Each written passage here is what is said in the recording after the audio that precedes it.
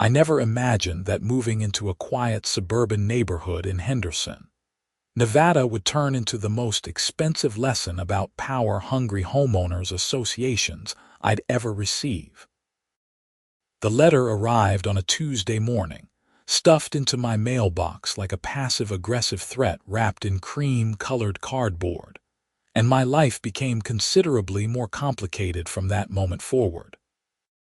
My name is Ethan Oakes, and I'm a 34-year-old software engineer who thought he'd finally made it when I purchased my 3-bedroom ranch-style home in the Pleasant Valley Estates community, just outside Las Vegas. The house had everything I wanted: a decent yard, a 2-car garage, and most importantly, it was within my budget. What I didn't account for was Brenda Whitmore, the HOA president, and her bizarre obsession with my unpaved driveway. The first notice came exactly 3 weeks after I moved in. I was still unpacking boxes, trying to figure out where my coffee mug should go, when I found the envelope. The letterhead read, "Pleasant Valley Estates Homeowners Association," in an unnecessarily fancy font that probably cost someone way too much money to design. The content was even more ridiculous than the header. "Dear Mr. Oakes," it began, as if we were old friends conducting formal business. "It has come to our attention that your driveway at 2847 Sagebrush Lane is producing excessive dust particles that are affecting the aesthetic quality of our community. As per Section 7.3 B of the Pleasant Valley Estates Community Guidelines, all driveways must be maintained in a condition that does not create dust, debris, or visual pollution. You are hereby fined $250. This fine will be assessed weekly until the violation is corrected. Please remit payment within 10 business days." I read the letter 3 times, convinced it was some kind of joke. My driveway was gravel, the same gravel that had been there when I purchased the property. The home inspection never mentioned anything about it being a problem, and the listing photos clearly showed the gravel driveway. I'd driven on it maybe a dozen times since moving in, and yes, there was some dust when I pulled in or out, but nothing that seemed remotely fine-worthy. I decided to ignore it. Surely this was just some automated letter that went out to new homeowners, a weird hazing ritual for the neighborhood. I was wrong. The following Tuesday, another letter arrived. This one had a slightly more aggressive tone. "Dear Mr. Oakes, as you have failed to respond to our initial notice dated October 3rd, 2025, we are assessing an additional $250 fine for the continuing violation of Section 7.3 B. Your total outstanding balance is now $500. Additionally, a late fee of $50 has been added for non-payment of the original fine. Please remit payment of $550 within 10 business days, or further action will be taken." Now I was annoyed. I grabbed my phone and called the number listed at the bottom of the letter. A woman answered on the 3rd ring, her voice dripping with the kind of fake cheerfulness that immediately set my teeth on edge. "Pleasant Valley Estates, HOA, this is Brenda speaking. How may I assist you today?" "Hi, this is Ethan Oakes from Sagebrush Lane. I received a letter about my driveway, and I think there's been some kind of mistake." "Oh, Mr. Oakes." Her tone shifted immediately, becoming clipped and businesslike. "There's no mistake. Your driveway is creating dust pollution in our community. Several neighbors have complained. Several neighbors. I've barely met any of my neighbors, and the driveway was like this when I bought the house." "That's irrelevant. The previous owners were in violation as well, but they sold before we could enforce the fine schedule. You're the current owner, so you're responsible for bringing the property into compliance." I took a deep breath, trying to remain calm. "What exactly do you want me to do about it?" The driveway needs to be paved or sealed in accordance with community standards. The guidelines specify either concrete or asphalt surfacing for all driveways visible from the street. And how much does that cost? That's not really the HOA's concern, Mr. Oakes. You agreed to abide by these rules when you purchased your home. I didn't agree to anything. I bought a house. Nobody said anything about having to repave a perfectly functional driveway. It's in the CC and Articus, which you would have received during escrow. Ignorance of the rules doesn't exempt you from following them. Will you be paying the current balance today, or should I expect another violation next week? I wanted to tell her exactly where she could stick her violations, but I managed to keep my voice level. I need time to figure this out. Can you at least pause the fines while I get quotes for the work? I'm afraid not. The fines will continue until the violation is corrected. Have a wonderful day, Mr. Oakes. She hung up before I could respond. I sat there staring at my phone, absolutely stunned by what had just happened. This woman was seriously going to fine me $250 every single week because my driveway had some dust. I spent that evening digging through the mountain of paperwork from my home purchase, searching for these mysterious CC and Articus she'd mentioned. I finally found them buried in a folder labeled Miscellaneous Disclosures. The document was 93 pages long, written in the most mind-numbing legal jargon imaginable. I poured myself a whiskey and started reading. Sure enough, buried on page 47 was Section 7.3, B. All driveways, walkways, and parking areas visible from public streets or neighboring properties must be constructed of approved materials including but not limited to poured concrete, asphalt, pavers, or sealed aggregate. Loose gravel, dirt, or other materials that may create dust, debris, or unsightly conditions are strictly prohibited. I felt my blood pressure rising. This was absolutely insane. Who writes these kinds of rules? And more importantly, how had the previous owners gotten away with having a gravel driveway for however long they'd lived here? The next morning, I decided to do some investigating. I walked around the neighborhood, really paying attention to driveways for the first time. Out of the roughly 60 homes in Pleasant Valley Estates, I counted 11 with gravel driveways. 11. Including mine, that meant nearly 20% of the neighborhood was technically in violation of this rule, yet I was the only one getting fined. I took photos of every single gravel driveway I found, noting the addresses carefully. Then I went back home and sent an email to the HOA board using the address from their website. I attached all the photos and wrote a detailed message explaining that if they were going to enforce this rule against me, they needed to enforce it equally against everyone else in the neighborhood. Brenda's response came within an hour. Mr. Oakes, the HOA board reserves the right to enforce violations based on severity and community impact. Your property has received multiple complaints from neighbors regarding dust. The other properties you mentioned have not generated similar concerns.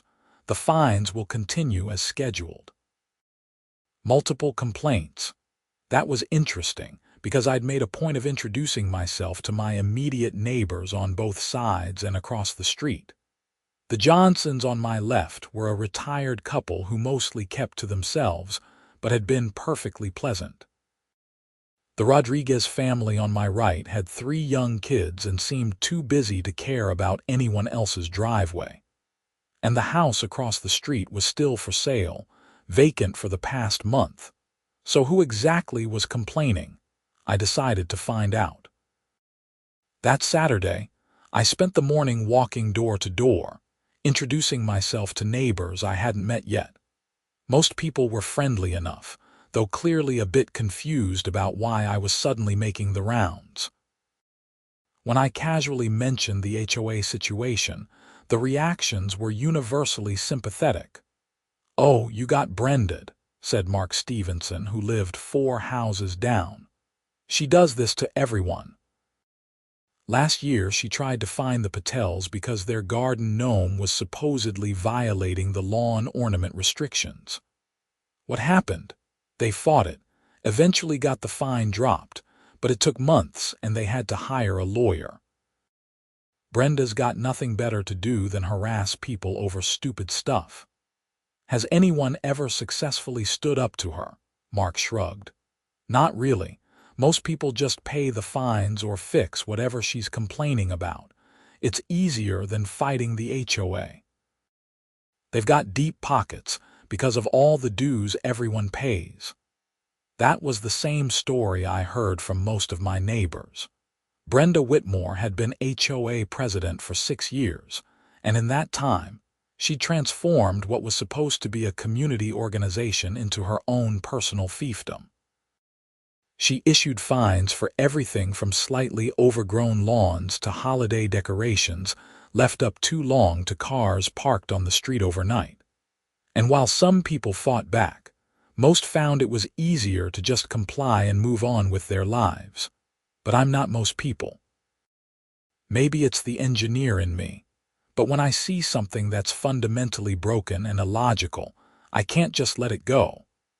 This whole situation was absurd, and I was determined to prove it. By the time I got home from my neighborhood tour, another letter was waiting in my mailbox.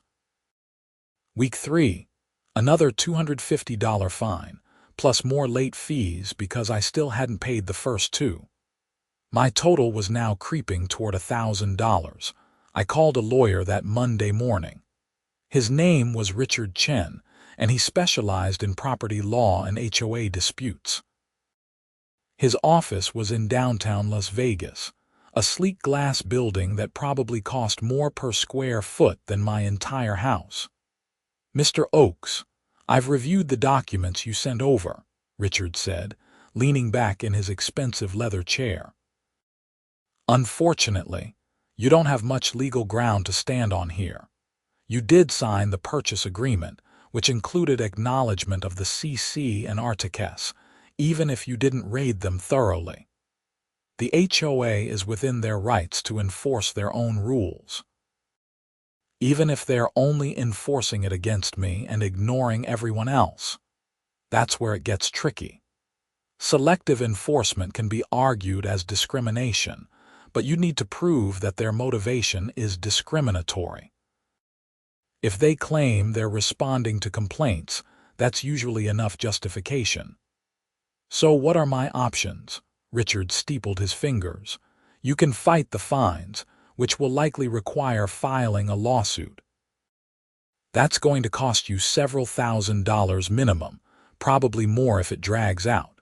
You can try to get the rule changed by attending HOA meetings and building support among other homeowners, or you can just fix the driveway and move on.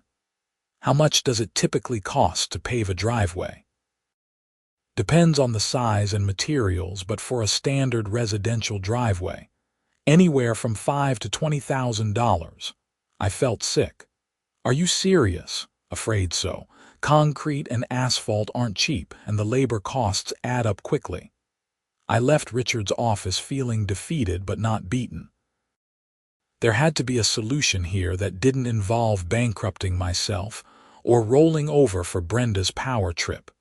That evening I got a call from an unknown number. I almost didn't answer, but something made me pick up. "Is this Ethan Oakes?" The voice was male, older, with a slight rasp that suggested years of smoking. "Yes, who's this?" "Name's George Murphy. I live over on Desert Willow, couple streets from you. Heard you're having some trouble with our dear HOA president. Word travels fast. Small neighborhood, and Brenda's made herself a lot of enemies over the years. Listen, I've been on the HOA board for the past 4 years, and I'm tired of watching her abuse her position. I want to help you, but I need you to do something for me first." "What's that?" "Come to the next board meeting. It's Thursday night at 7, held at the community center. Stand up during the open forum and formally challenge these fines. Make it public. Right now, Brenda's operating in the shadows, picking people off one by one. We need someone willing to shine a light on what she's doing. And if I do that, then I'll make sure the other board members actually pay attention. There's 5 of us total, and Brenda only has 1 guaranteed vote besides her own. If we can swing 2 others to our side, we can overrule her on this. I agreed to George's plan, though I had my doubts about how effective it would be. Still, it was better than doing nothing. The Pleasant Valley Estates Community Center was a modest building near the neighborhood entrance, primarily used for birthday parties and the occasional craft fair. When I walked in Thursday evening, there were maybe 20 people scattered around the room, sitting in folding chairs that looked like they'd been purchased sometime during the Reagan administration. Brenda Whitmore was exactly what I'd pictured. She was probably in her mid-50s, with aggressively blonde hair styled into a bob that looked like it had been cemented in place with half a can of hairspray. She wore a purple pantsuit that might have been fashionable in 1997, and she had the kind of pursed lip expression that suggested she'd been sucking on lemons for the past decade. "Good evening, everyone," she said, calling the meeting to order with a sharp crack of a gavel that seemed entirely unnecessary. "Let's begin with old business. The landscaping committee has submitted a proposal for new shrubs along the main entrance. The cost would be $3,200, to be paid from the reserve fund." The meeting droned on for 45 minutes, covering such riveting topics as the schedule for pressure washing the community center and whether the neighborhood directory should be printed in color or black and white. I was starting to wonder if we'd ever get to the open forum when Brenda finally said the magic words. "If anyone has concerns they'd like to bring before the board, now is your opportunity." I stood up, my heart pounding. Public speaking has never been my strong suit, but I prepared what I wanted to say. "Hi, I'm Ethan Oakes from Sagebrush Lane. I've been receiving weekly fines for having a gravel driveway, despite the fact that there are at least 10 other homes in this neighborhood with similar driveways. I'd like to know why the HOA is selectively enforcing this rule." Brenda's face remained neutral, but I saw her jaw tighten. "Mr. Oakes, as I explained on the phone, your property has generated specific complaints from neighbors. We're responding to those concerns." "Can you tell me who complained?" "That information is confidential." "How convenient. So I'm just supposed to take your word that these complaints exist?" "Mr. Oakes, I don't appreciate your tone. This board operates with full transparency and integrity." George Murphy leaned forward. He was a weathered man in his late 60s, with gray hair and kind eyes. "Brenda, I think Ethan raises a fair point. If we're going to fine him for something that multiple other homeowners are also doing, we should at least be able to explain our reasoning." "The reasoning is perfectly clear," Brenda snapped. "He's in violation of the CC and Articus. So are the Hendersons, the Lees, the Kramers, and about 8 other families," I said, pulling out my printed photos. "Are you going to fine all of them too?" Another board member, a woman in her 40s wearing yoga pants and a concerned expression, spoke up.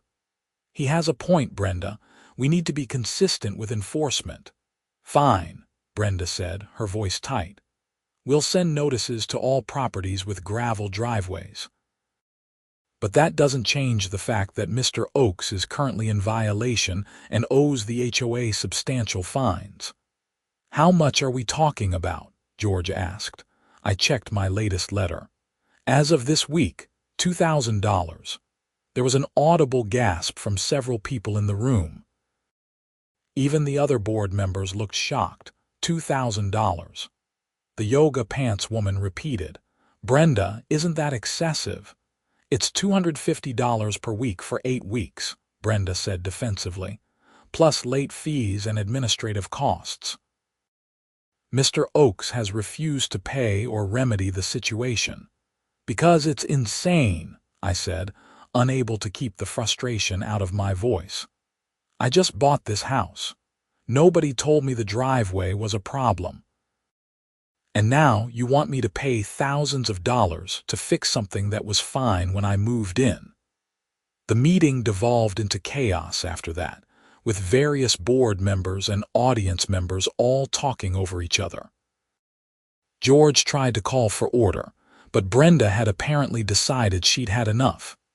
She grabbed her gavel and her papers and walked out, leaving the rest of the board looking confused and embarrassed. George caught up with me in the parking lot. That went about as well as I expected, which is to say, not great, but you did good in there. You got people's attention. What happens now? Now I call for a special vote to review your fines. Brenda can't stop that, it's in the bylaws, but it'll take a couple weeks to organize. I'll have even more fines by then. I know. Just hang in there. I drove home feeling more defeated than ever. Even with George on my side, it seemed like Brenda held all the cards. She could just keep fining me indefinitely, and there wasn't much I could do about it. But then, lying in bed that night, an idea started forming. It was petty and possibly stupid, but the more I thought about it, the more I liked it. If Brenda wanted to play hardball, I could play too. The next morning, I started making phone calls. I got quotes from 5 different paving companies, asking for the full deluxe treatment, tear out the existing gravel, proper grading and base preparation, and high-quality asphalt paving. The estimates ranged from $12,000 to $22,000. I went with the company that gave me the middle quote, $18,000 for a complete driveway renovation, guaranteed to meet or exceed any HOA requirements. The owner, a guy named Tony Rodriguez, actually laughed when I explained the situation. Let me guess, Pleasant Valley Estates. We've done work for 3 other people in your neighborhood who got hit with the same kind of thing. That HOA president is something else. You have no idea. When do you want us to start? As soon as possible. Tony's crew showed up the following Monday morning with a small excavator, a dump truck, and enough equipment to make it look like they were preparing to build a highway. My neighbors came out to watch, probably grateful that someone else was dealing with Brenda's wrath for once. The work took 4 days. They stripped away all the old gravel, brought in loads of crushed rock for the base, and laid down a beautiful smooth layer of asphalt that was probably nicer than the road itself. When they finished, I had to admit it looked good. But I couldn't stop thinking about the price tag. Tony handed me the final invoice on Friday afternoon. $18,347.62, including tax. I stared at the number for a long moment, then asked Tony for something unusual. Can you make this invoice out to the Pleasant Valley Estates HOA instead of me? Tony raised an eyebrow. That's not how this works, man. You're the one who hired us. I know, but just humor me, make it out to them, attention Brenda Whitmore. Whatever you say, you're paying either way. I paid Tony with a credit card that I really hoped I'd be able to pay off eventually, and I took the revised invoice he printed out for me. Then, I drove to FedEx and made several copies. One copy went into an envelope addressed to the HOA board, sent via certified mail with signature required. Another copy went to my lawyer, Richard Chen, along with a detailed letter explaining my plan. The third copy I hand-delivered to Brenda's house. She lived in one of the nicer homes in the neighborhood, a sprawling 2-story with a perfectly manicured lawn that probably cost more to maintain than most people's mortgages. I rang the doorbell and waited. Brenda opened the door wearing a floral housecoat and an expression of pure annoyance. "Mr. Oakes, what do you want?" I wanted to let you know that I've fixed the driveway issue. It's fully paved now, completely up to code." Her expression softened slightly. "Well, that's good. I'll have the fines removed from your account once I verify the work." "About those fines," I said, pulling out the invoice. "I'm not paying them. Instead, I'm forwarding you this bill for $18,347.62. That's what it cost to fix the driveway that you insisted needed fixing." Brenda's face went from pale to red in about 2 seconds. "Excuse me." Section 12.7 of the CC and Articles states that the HOA is responsible for maintaining community standards and may undertake necessary work at their own expense if a homeowner fails to comply. Section 12.8 states that any improvements required by the HOA that exceed $1,000 in cost must be approved by a majority vote of the board. I'd spent hours reading that miserable document, and I'd found those 2 clauses buried in the fine print. They were probably meant to cover situations where the HOA needed to do emergency repairs on abandoned properties, but the wording was ambiguous enough to be interesting. "You never got board approval for this work," Brenda sputtered. "Neither did you before you started fining me. You acted unilaterally as HOA president, demanding I make improvements to my property. I'm arguing that under the CC and Articles, if the HOA requires improvements, the HOA pays for them. So here's your invoice. I expect payment within 30 days. I turned and walked away before she could respond, my heart racing. I had no idea if my interpretation of those clauses would hold up legally, but I didn't really care at that point. I was tired of being pushed around. The response came faster than I expected. On Monday morning, not 1 but 2 letters arrived in my mailbox. The first was from the HOA's lawyer, a stern-looking letter explaining that my interpretation of the CC and Articles was incorrect and that I remained responsible for all outstanding fines plus the cost of the driveway work. They were demanding payment of $20,347 within 15 days, or they would place a lien on my property. The second letter was more interesting. It was from George Murphy, sent to me personally rather than through official HOA channels. "Ethan, what you did was either brilliant or insane, possibly both. Brenda is losing her mind, which means you're doing something right. The board is meeting this Thursday for an emergency session to discuss your situation. I'd recommend you attend." I forwarded both letters to Richard Chen and asked for his honest assessment. His response was cautiously optimistic. "The HOA's legal position is stronger than yours on the surface," he wrote in an email. "However, you've created an interesting situation. If they pursue the lien, you can countersue for selective enforcement and abuse of authority. The discovery process alone would cost them tens of thousands in legal fees, and there's a non-zero chance you could win. More likely, they'll want to settle. I'd recommend we show up to this meeting with a settlement proposal ready." Thursday's emergency board meeting had a much bigger turnout than the previous one. Word had spread through the neighborhood about my situation, and apparently, I'd become something of a folk hero to everyone who'd ever been harassed by Brenda over minor violations. Brenda called the meeting to order, her voice brittle. "We're here to discuss the situation with Mr. Ethan Oakes and his frivolous attempt to bill the HOA for his personal property improvements." "Not frivolous," I said, standing up. "Based on the CC and Articles that this organization requires all homeowners to follow." "That's a twisted interpretation of those clauses, and you know it." "Is it?" "Because from where I'm sitting, you demanded I make expensive improvements to my property without any board approval, without any concern for the financial burden it would place on me, and without applying the same standard to other homeowners. That sounds like abuse of authority to me. George cleared his throat. I've actually been looking into our enforcement history for the past several years. Ethan's right that we've been inconsistent. There are currently 14 properties with gravel driveways. Only Ethan has been fined. Because his generated complaints, Brenda insisted. From who? I challenged. You still haven't told me who complained, and I've asked every neighbor within 100 yards of my house.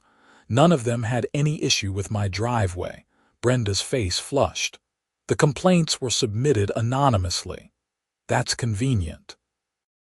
George leaned forward, looking tired. Brenda, did you submit those complaints yourself? The room went silent. Brenda's mouth opened and closed like a fish out of water. As HOA president, I have a duty to observe and report violations. So yes, you complained about your own neighbor so you could fine him, George said flatly. This is exactly the kind of thing I've been worried about. You're using your position to harass homeowners over personal grudges. I don't have a personal grudge, Brenda said, her voice rising. I'm trying to maintain property values and community standards. Another board member, a quiet man I didn't recognize, spoke up for the first time. I move that we dismiss all fines against Mr. Oakes, effective immediately. Second, George said quickly. We need to discuss this more, Brenda protested. No, we don't, the yoga pants woman said. This has gone too far, Brenda, all in favor. 4 hands went up, only Brenda's stayed down. Motion passes, George said. Ethan, your fines are dismissed. We apologize for the inconvenience. What about the $18,000 I spent fixing a driveway that was fine to begin with? I asked. Brenda stood up abruptly. Absolutely not. The HOA is not paying for your personal improvements. Then we have a problem, Richard Chen said, standing up from where he'd been sitting in the back. I'd asked him to come as my legal representation, because my client has a strong case for harassment and selective enforcement. If we file suit, the discovery process will expose every decision this board has made for years. I suspect we'll find a pattern of similar behavior. George looked at Richard, then at me, then at Brenda. How much of that $18,000 are you actually willing to fight for, Ethan? I thought about it. Honestly, I just wanted this nightmare to be over. How about this? The HOA pays half $9,000, and Brenda resigns as president. Absolutely not, Brenda said immediately. Then I'll see you in court, Richard replied calmly. What followed was 3 weeks of tense negotiations. Brenda refused to resign, but the other board members were increasingly on my side, especially as more homeowners came forward with their own stories of harassment and excessive fines. George dug up records showing that Brenda had personally filed complaints, leading to over 70% of all violations issued in the past 3 years. The breakthrough came when someone I'd never met knocked on my door on a Tuesday evening. She was a woman in her 30s with dark hair and a nervous expression. Mr. Oakes, I'm Jennifer Kemp. I used to live in this neighborhood 3 years ago. Okay, how can I help you? I heard about what you're going through with Brenda Whitmore. I need to tell you something. When I lived here, she did something similar to me, but worse. She fined me repeatedly for having a vegetable garden in my front yard, said it violated the landscaping rules. When I fought back, she started targeting everything about my property. Eventually, she filed a false report with the city claiming I had unpermitted additions to my house. Did you? No. But by the time I got it sorted out with the city, I'd spent thousands on inspections and lawyer fees. I ended up selling my house just to get away from her. I'm telling you this because you might be able to actually stop her. I was too exhausted to keep fighting. Why didn't you sue her?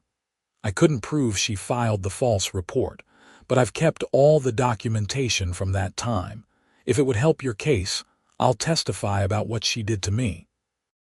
Jennifer's testimony changed everything. Richard filed a formal complaint with the Nevada Real Estate Division, which oversees HOA regulations in the state. The investigation took 6 weeks, during which time Brenda was placed on temporary suspension from the board. During this period, I also learned something interesting. I wasn't the only person Brenda had targeted with the gravel driveway issue. Using the county property records and some careful investigation, Richard discovered that Brenda had fined 4 other homeowners for the same violation over the past 5 years. All 4 had ultimately paid the fines and paved their driveways. None had thought to fight back or realized they could.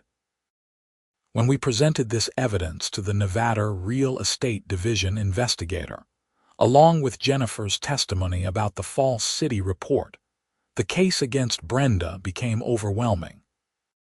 The investigator, a sharp woman named Sandra Mills, interviewed multiple residents and reviewed years of HOA records. Her final report, delivered 2 months after the investigation began, was damning.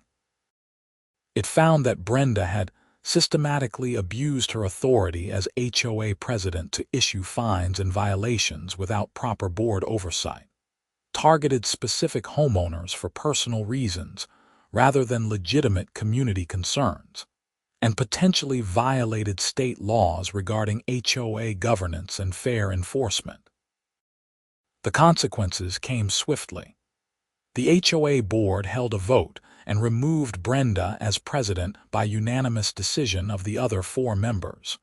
George Murphy was elected as interim president. And most satisfyingly, the board voted to pay me the full $18,000 I'd spent on the driveway, plus an additional $5,000 in compensation for legal fees and time spent dealing with the situation. But Brenda wasn't done yet. In what I can only describe as a final desperate attempt to salvage her pride, she filed a personal lawsuit against me for defamation, claiming I damaged her reputation in the community. This turned out to be the worst decision she could have made. Richard filed a countersuit for harassment, intentional infliction of emotional distress, and abuse of process. We included detailed documentation of everything Brenda had done, not just to me but to Jennifer Kemp and the other homeowners who'd come forward. We also subpoenaed her personal emails and phone records, which revealed something troubling. Brenda had been running a side business where she referred homeowners to specific contractors for required repairs and renovations. These contractors paid her a referral fee, typically 10 to 15% of the total job cost. In other words, she was creating violations and issuing fines specifically to force homeowners to hire contractors who would kick money back to her. This wasn't just abuse of authority anymore. This was fraud. I called the police after Richard reviewed the email evidence. The detective who took my statement, a patient man named Robert Foster, seemed unsurprised by the story. HOA corruption cases are more common than you'd think, he told me. Usually it's embezzlement or kickback schemes like this. The problem is proving intent and getting enough evidence for prosecution. We have emails going back 3 years, Richard said, handing over a flash drive. She's made at least $40,000 in referral fees from contractors. Detective Foster's eyebrows went up. That changes things. The investigation took another 2 months. During that time, life in Pleasant Valley Estates slowly returned to normal. George proved to be a reasonable and fair HOA president, focusing on actual community issues like maintaining common areas and organizing neighborhood events, rather than harassing homeowners over minor violations. Several of my neighbors apologized to me for not speaking up sooner about Brenda's behavior. We all knew she was a problem. Mark Stevenson told me over beers one evening. "But it's hard to fight back when you feel like you're alone. You showed us it was possible." The criminal charges against Brenda were filed in late March 2026. She was arrested on 3 counts of fraud, 2 counts of filing false official reports, and 1 count of theft by deception.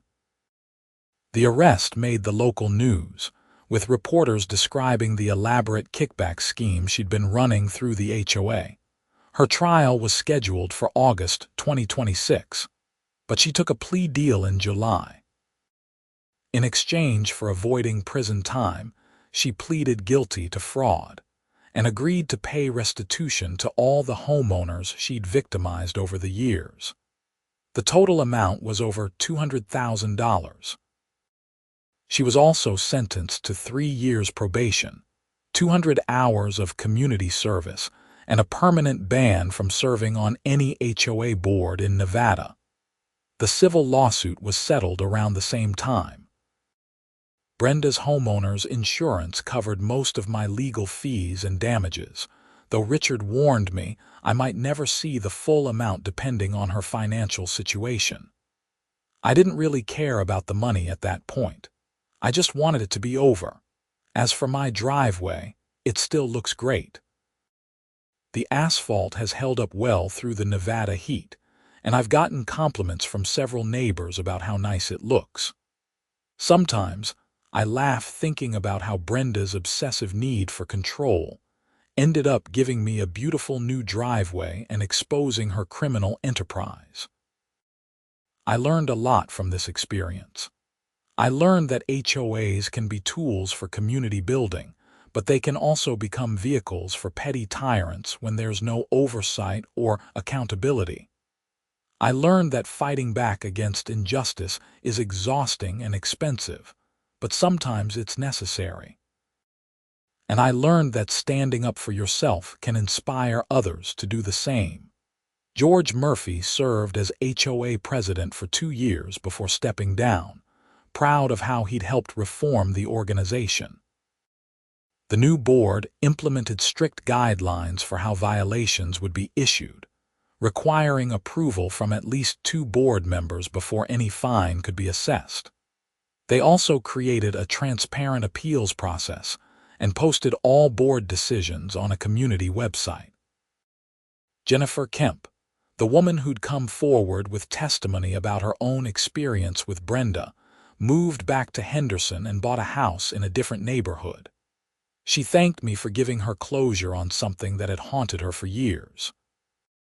As for me, I stayed in my house in Pleasant Valley Estates. Despite everything that happened, I actually like my neighborhood. The people are good, the location is convenient for work, and now that Brenda is gone, the HOA functions the way it's supposed to.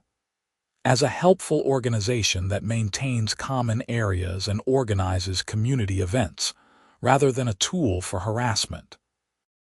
I even got involved with the HOA myself, joining the Architectural Review Committee. I figured if I'd gone through all that trouble to understand the CC and Architects, I might as well put that knowledge to good use. My main goal was to make sure no one else would have to go through what I went through. The whole situation took about 9 months from start to finish, from that first ridiculous fine letter to Brenda's arrest and conviction. 9 months of stress, legal battles, and thousands of dollars in expenses. But in the end, I'd accomplished something important. I'd stopped a bully, exposed corruption, and helped make my community a better place. Looking back now, 2 years after everything happened, I can appreciate the absurdity of it all. I never imagined that a dispute over driveway dust would lead to a criminal investigation and someone going to jail. I certainly never expected to become a minor neighborhood legend as the guy who took down Brenda Whitmore. But life is funny that way. Sometimes the smallest injustices can reveal the biggest problems, and sometimes standing up for yourself over something as silly as gravel dust can make a real difference. I still have that first fine letter, framed and hanging in my garage where I can see it every time I pull into my beautiful HOA-approved asphalt driveway. It reminds me that rules without reason are just tools for tyrants, and that sometimes the right response to an unreasonable demand is to comply completely and then send the bill to whoever made the demand. The $18,000 invoice that I forwarded to Brenda became something of a legend in the neighborhood. Other homeowners still joke about it, and whenever someone mentions dealing with an unreasonable demand, someone inevitably says, "Just do what Ethan did and send them the bill." Would I do it all again if I had to? Honestly, probably not. It was exhausting, stressful, and there were times when I wondered if I should have just paid the original fines and moved on with my life. But then, I think about Jennifer Kemp and the other homeowners who'd been victimized by Brenda's schemes, and I realize that sometimes you have to fight the battles that find you, even when you'd rather not. The Nevada Real Estate Division ended up using our case as an example in their revised guidelines for HOA governance. They implemented new regulations requiring more transparency in HOA operations and created stronger penalties for board members who abuse their authority. So, in a weird way, my driveway dust dispute led to systemic changes that will protect homeowners across the state. I've been contacted by people from other neighborhoods dealing with similar HOA issues, asking for advice on how to fight back. I always tell them the same thing. Document everything, know your rights, don't be afraid to get a lawyer involved, and remember that HOA board members are just neighbors who volunteered for a position, not actual government officials with real authority. The most satisfying moment came about a year after Brenda's conviction, when I was at a neighborhood barbecue, and someone asked me if I regretted buying a house in an HOA community. I thought about it for a moment, looking around at my neighbors, good people who'd supported me through the whole ordeal. "No," I said, "I don't regret it. The HOA isn't the problem. Bad people running the HOA is the problem, and we fix that."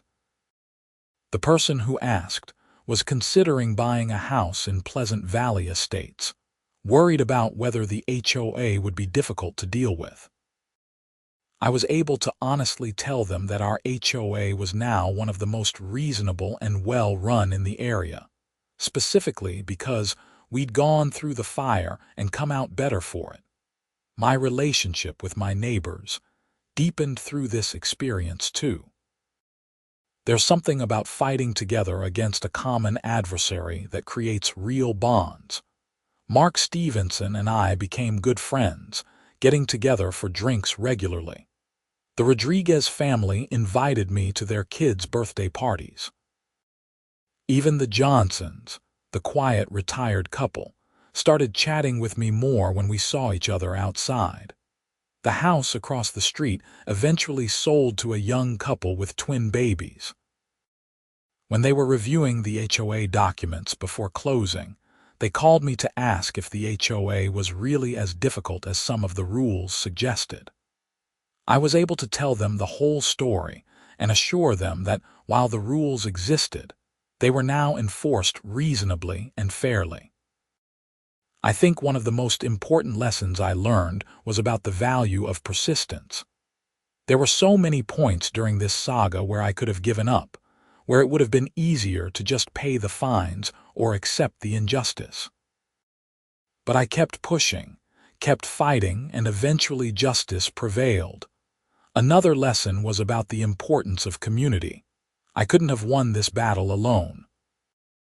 I needed George Murphy's inside knowledge of the HOA's operations, Jennifer Kemp's testimony about Brenda's past behavior, Richard Chen's legal expertise, and the support of my neighbors who were willing to speak up once someone else broke the ice.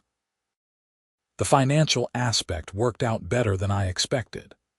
The $18,000 from the HOA came through within 3 weeks of the board vote.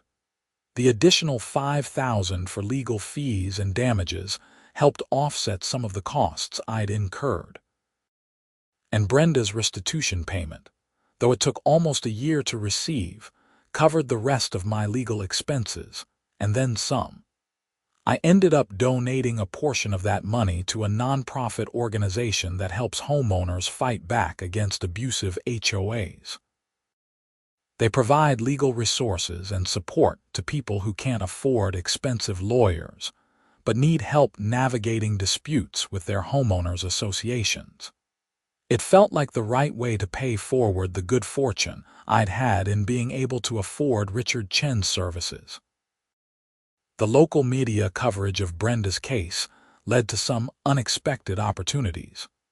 I was invited to speak at a community meeting about HOA reform, sharing my story with other homeowners and local officials. A journalist from the Las Vegas Review-Journal wrote a feature article about HOA abuse in Nevada, using my case as the central example. That article caught the attention of a state legislator who was interested in HOA reform. She invited me to testify before a committee considering new legislation to strengthen homeowner protections. I spent 3 hours in Carson City talking about my experience and answering questions from legislators. Some of my suggestions actually made it into the final bill that was signed into law later that year. So what started as a ridiculous dispute over driveway dust ended up contributing to real legal reforms that will help protect homeowners across Nevada. That's not something I ever expected when I moved into my house in Henderson, but I'm proud of it. The irony isn't lost on me that Brenda Whitmore, in her zealous attempt to enforce her vision of community perfection, ended up making communities across the state safer from people exactly like her. Her downfall became a cautionary tale, a reminder that power without accountability inevitably leads to abuse. As I write this now, sitting in my home office looking out at my perfectly paved driveway, I can honestly say that despite all the stress and expense and frustration, I'm glad everything happened the way it did. I'm glad I fought back. I'm glad I didn't just roll over and accept injustice, because it was easier than fighting. And I'm especially glad that I forwarded that $18,000 invoice to Brenda Whitmore, HOA president, because that one act of defiance set in motion a chain of events that changed everything.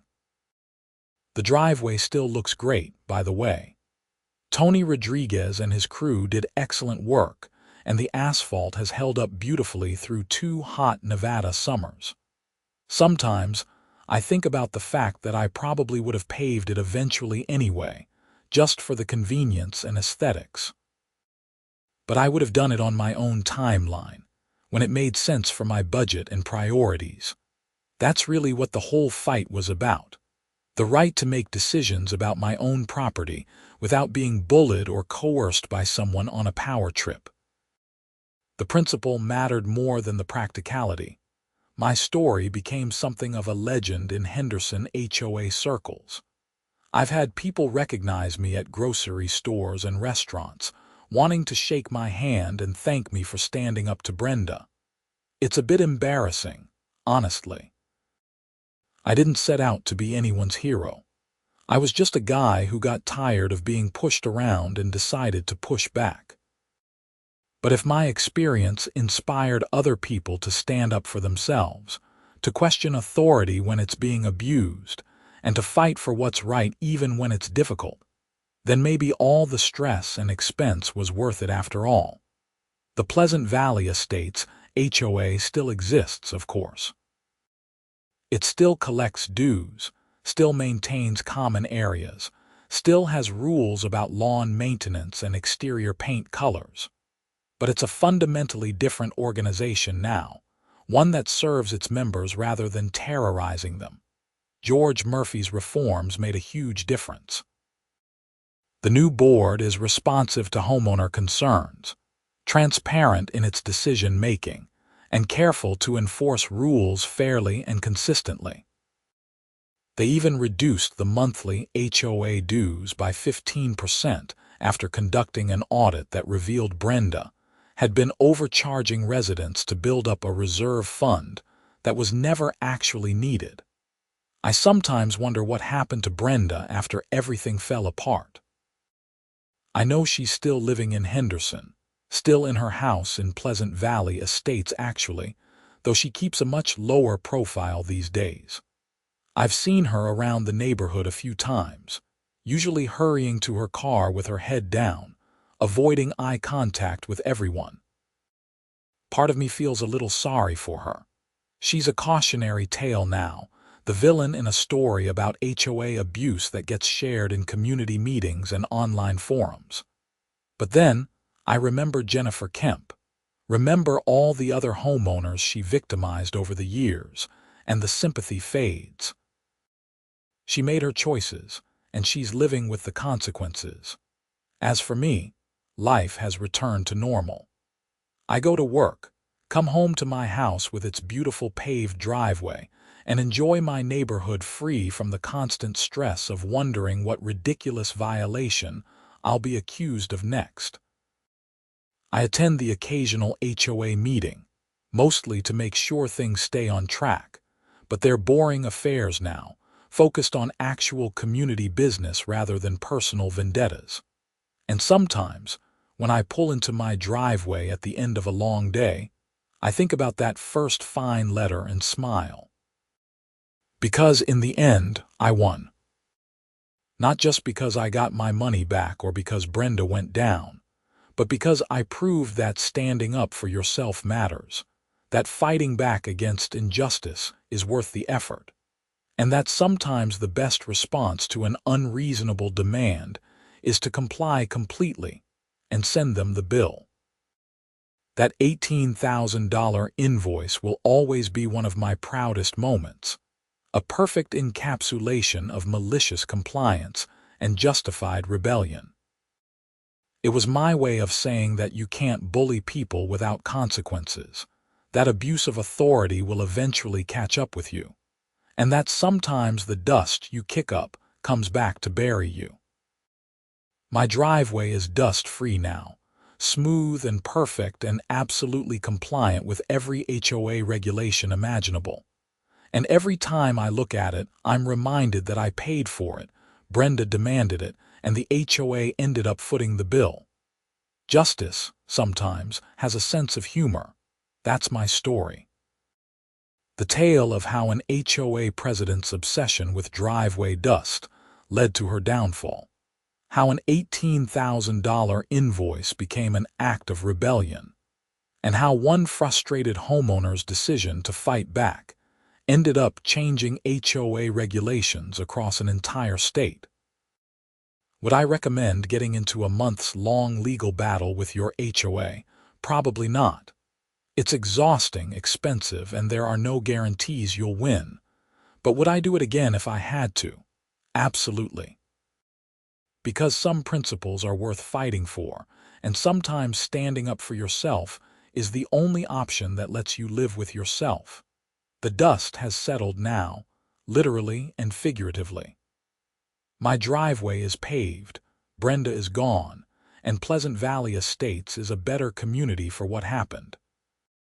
And that, ultimately, is what matters most.